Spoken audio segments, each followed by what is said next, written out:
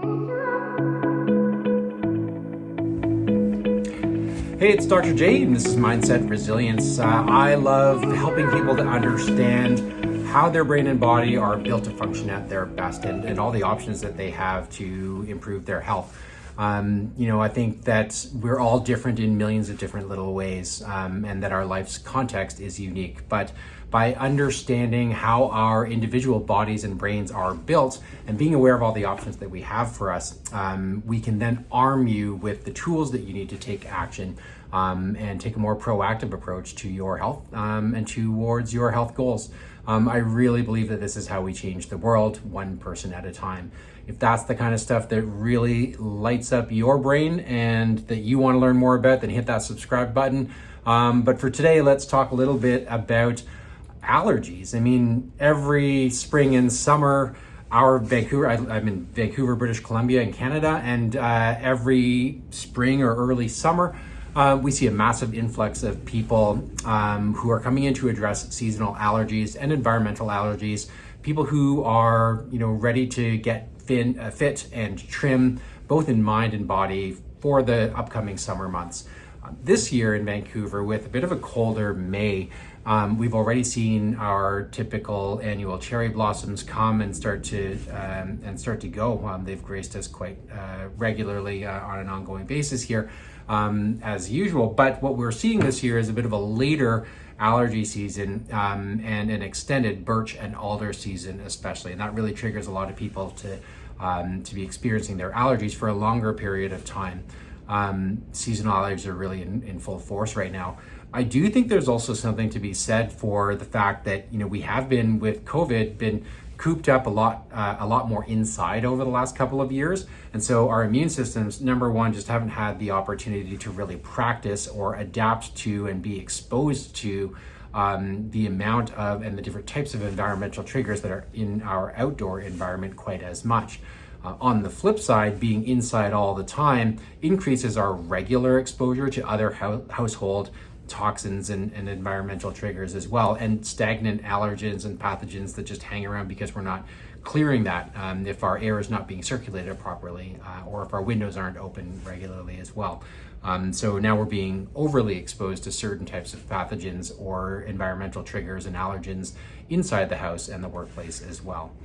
But airborne and external triggers aren't the only source of triggers that really send our immune system on overdrive and start having it overreact. And that's really what allergies are, is an overreaction of our immune system, creating typically antibodies and histamine specifically that drive inflammatory processes.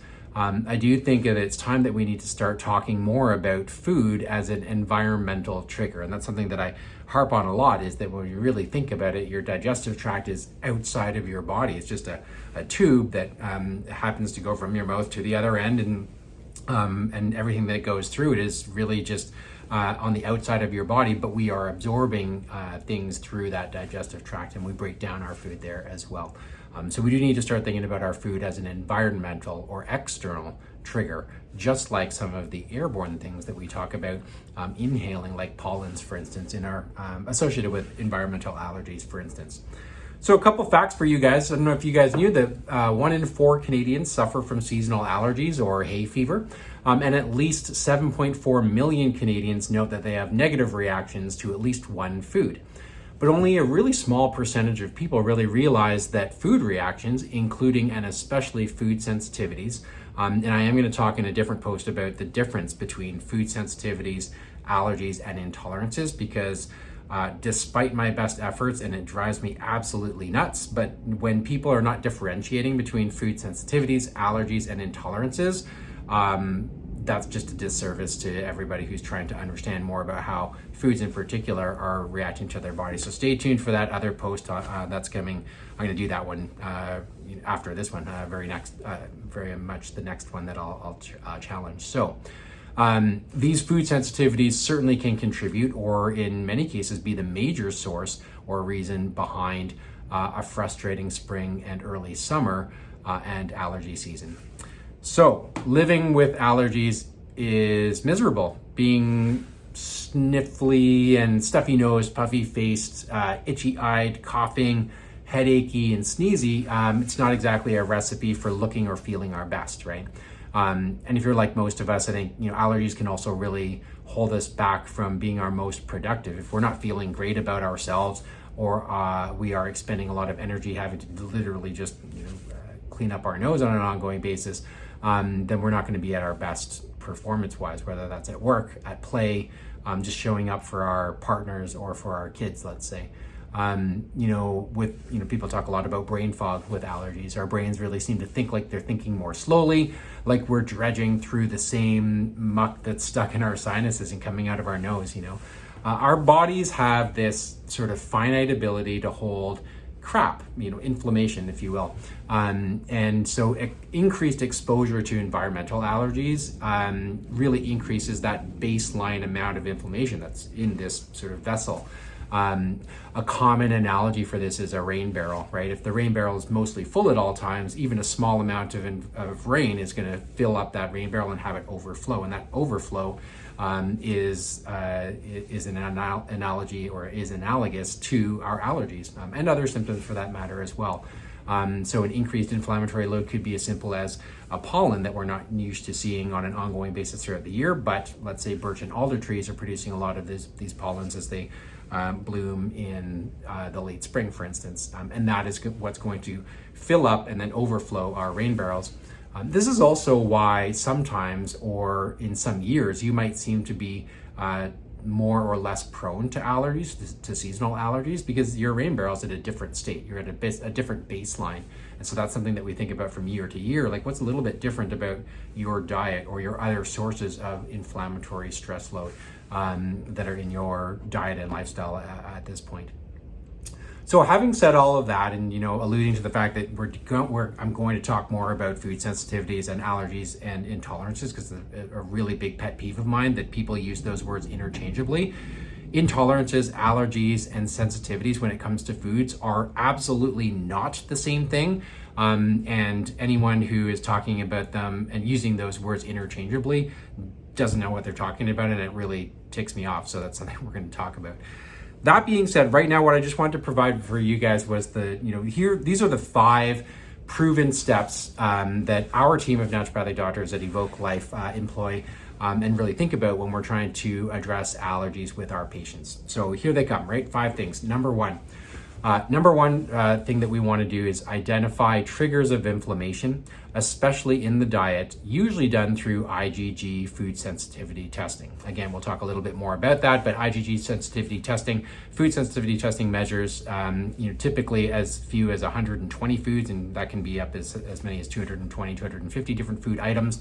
And what we're looking for is an immune overreaction in producing an antibody called IgG. We'll talk about the science behind that, the pros and the cons, the benefits and the risks of assessing those kinds of things in a future post as well. So that's step 1, is identify the triggers. Step 2 is eliminating those triggers and those trigger foods specifically, while maintaining a health optimizing diet. And that second piece, while maintaining a health optimizing diet, is something that is really uncommonly done when people are like, I'm doing an elimination diet. I'm going to do this spring cleanse or summer detox or whatever it is. And they're like, I'm just going to cut out all dairy and wheat. But if by cutting out those 2 foods, it means you're increasing the amounts of other foods that might not be as great for you, or that aren't providing adequate protein or other nutrients, micronutrients like vitamins and minerals, then a lot of times that can actually do you more harm than good. And so it's not good enough just to cut out foods and say, I'm just cutting out that food, without thinking about what am I putting into my body that is health forming or health optimizing. So step 2 is eliminating trigger foods while maintaining a health forming diet. Step number 3 is optimizing the clearance of inflammation. So typically that means ramping up our liver's ability to metabolize or perform what we refer to as phase 1 and phase 2 detox. Really important concept to understand is how human beings eliminate chemicals from our body.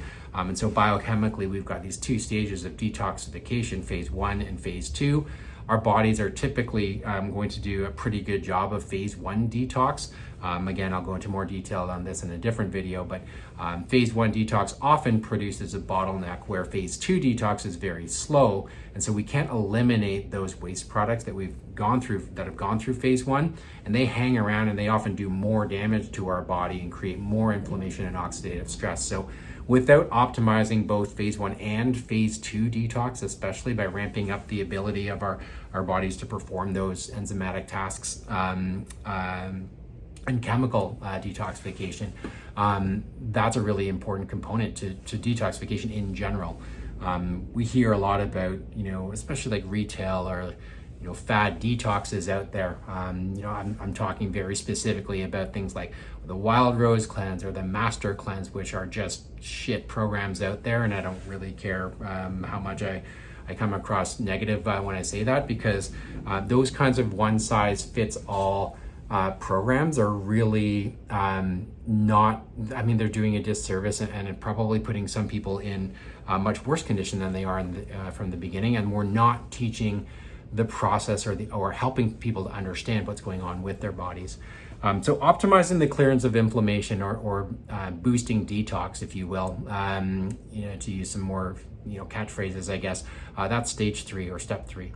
The fourth proven step or important step in going through the process of eliminating allergies and addressing allergies, and this concept of emptying the rain barrel, is to stabilize the immune system and to heal the gut. We need to put the body in a position where it can thrive and be at its best. So that means that our gut is acting as the most appropriate filter that it can, and not letting larger particles of our food, our foodstuffs, our food items getting into our blood and having access to our immune system being exposed to those things and overreacting to them, and making sure that all the tight junctions in our gut are nice and tight as well. So optimizing the immune system, healing the gut, very important fourth step.